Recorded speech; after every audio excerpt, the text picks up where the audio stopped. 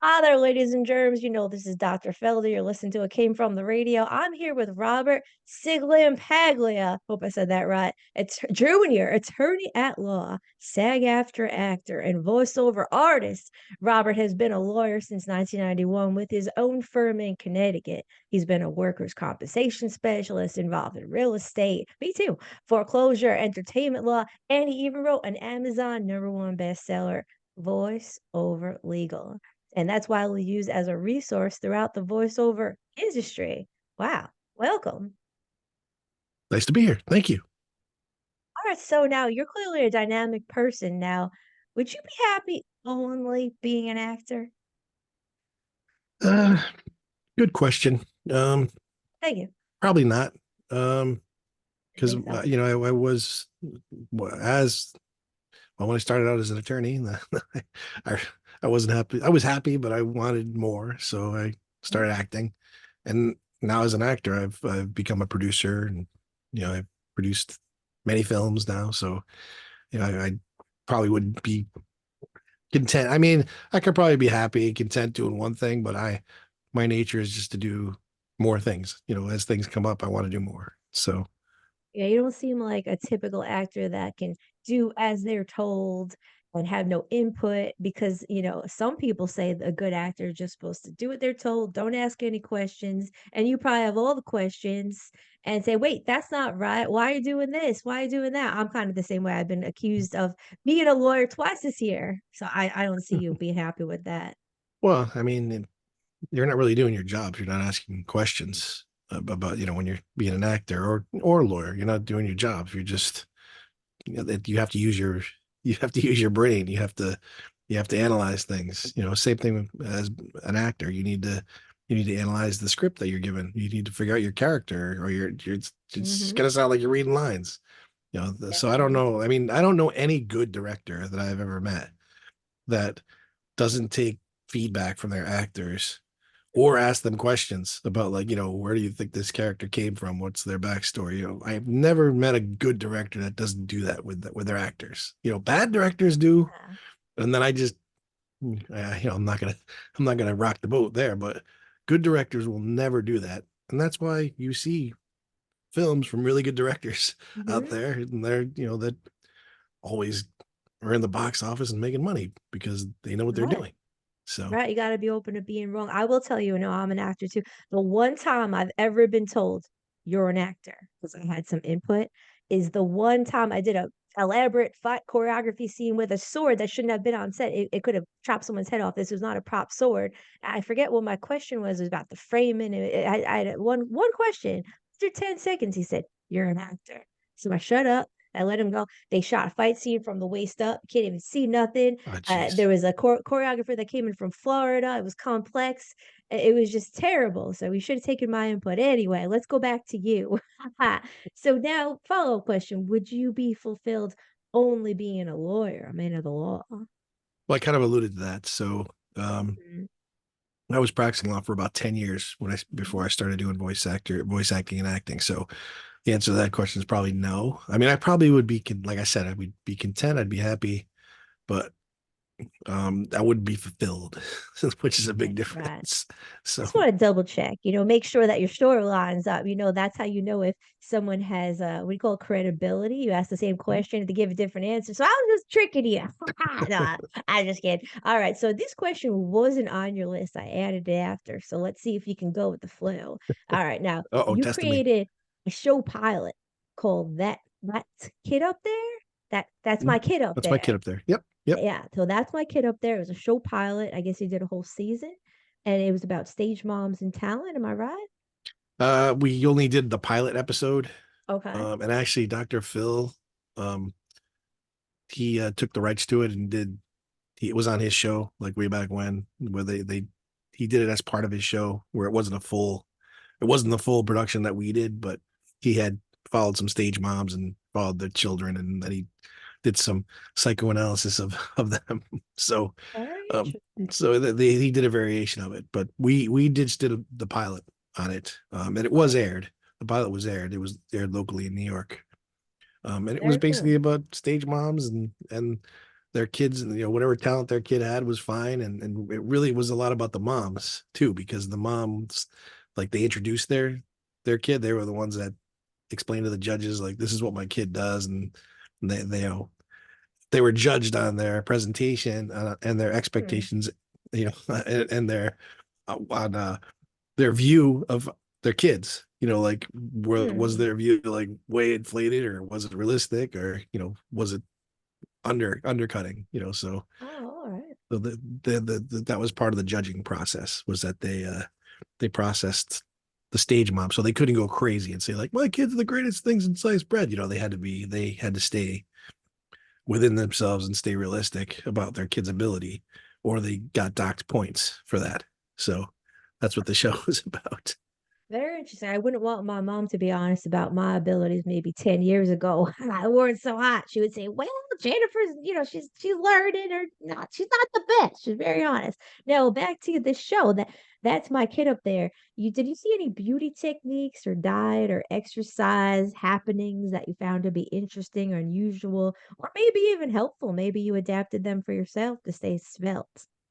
Um, they run the gamut. Like, some people have no carbs. That's their Mhm. diet. Some people do the Atkins. Some people, do Jenny Craig. Some people just, they'll do the protein shakes. Like, they run the gamut. So it's really hard. I mean, I think the key that goes through all those is exercise. Like, Mm. the people that do the exercise and watch their diet are the ones that are in the best shape. For And a sure. lot of people have personal trainers, personal trainers in the entertainment industry, so, for good reason. Yeah, that's right. I started as a personal trainer and I made over bodies. I wrote a health guidebook and then I went into acting. I made the body first. So now Nice. you wrote a book called Voice Over Legal. Yes. And no, I'm a performance artist, as I said. And I had I like to own a little more real estate. I work a little real estate. And I do have someone very skillfully slandering me in the entertainment world. I might have even lost a movie role thanks to one lunatic. What benefits could I get from reading your book?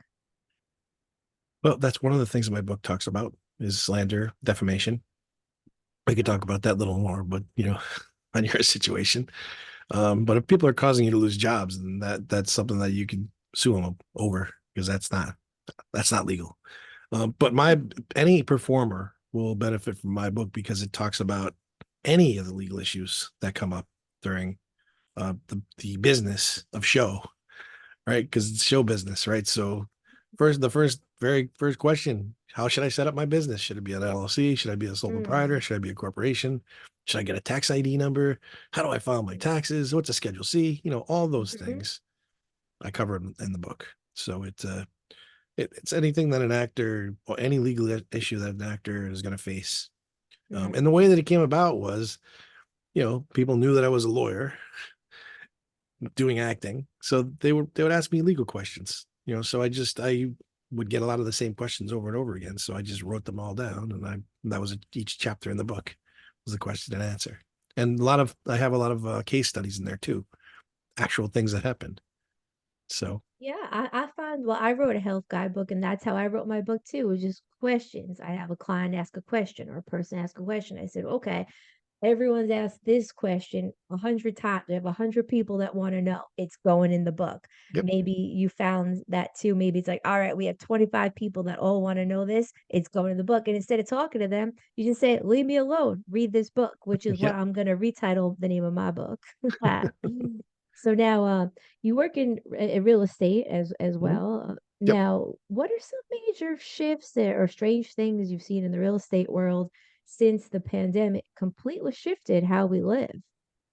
So, surprisingly, during the pandemic, I'm in Connecticut, so there was a big shift, at least in my area, where a lot of the Mhm, people were moving out of the city, out of New York, moving up into Connecticut, into the suburbs. I think that happened all over the country, where mhm, people were moving out of the big urban areas and into the suburbs because of remote working.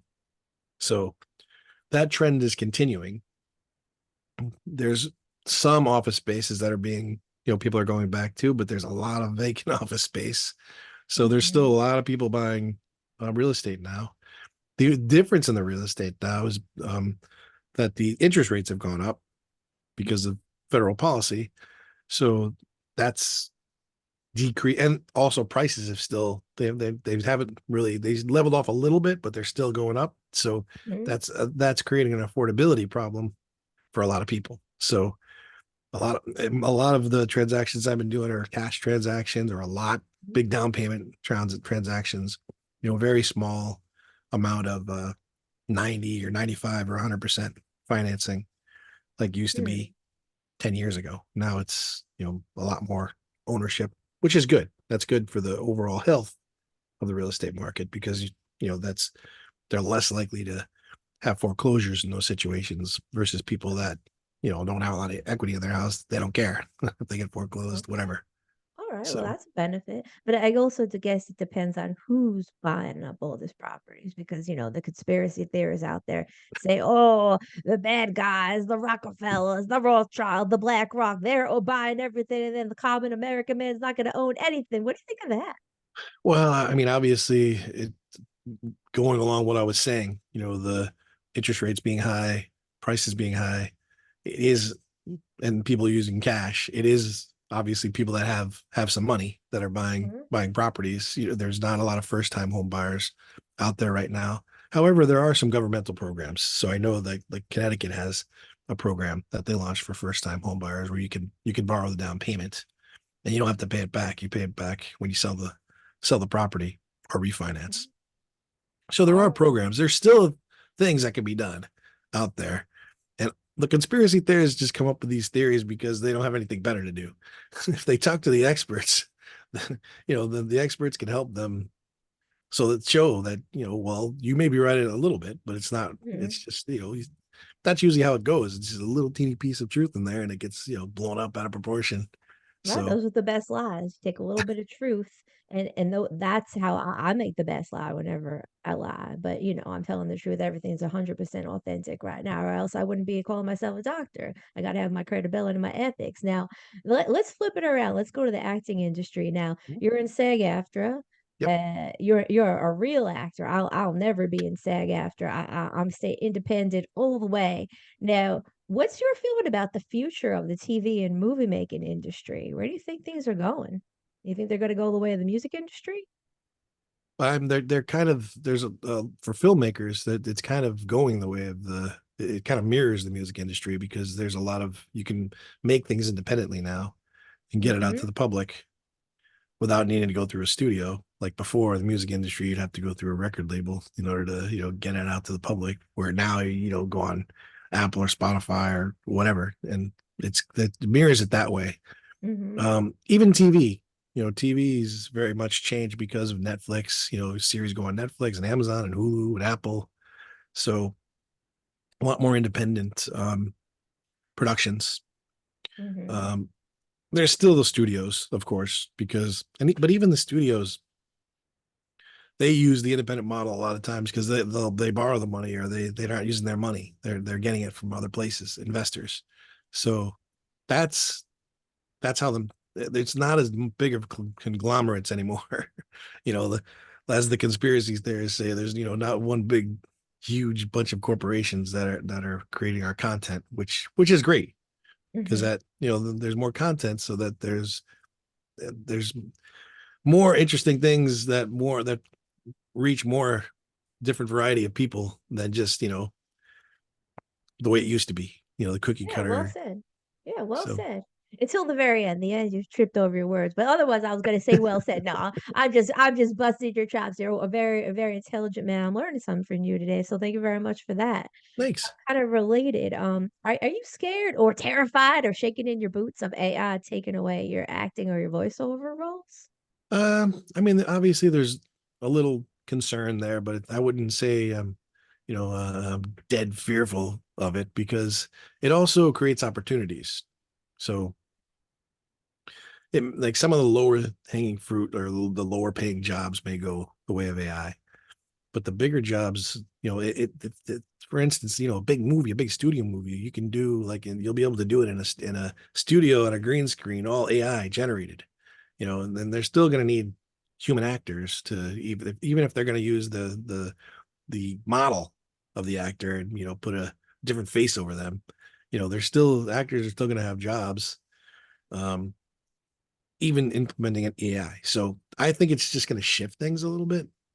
So and that part is still we don't know how it's going to shift. So I'm not really scared that it's gonna be eliminated completely.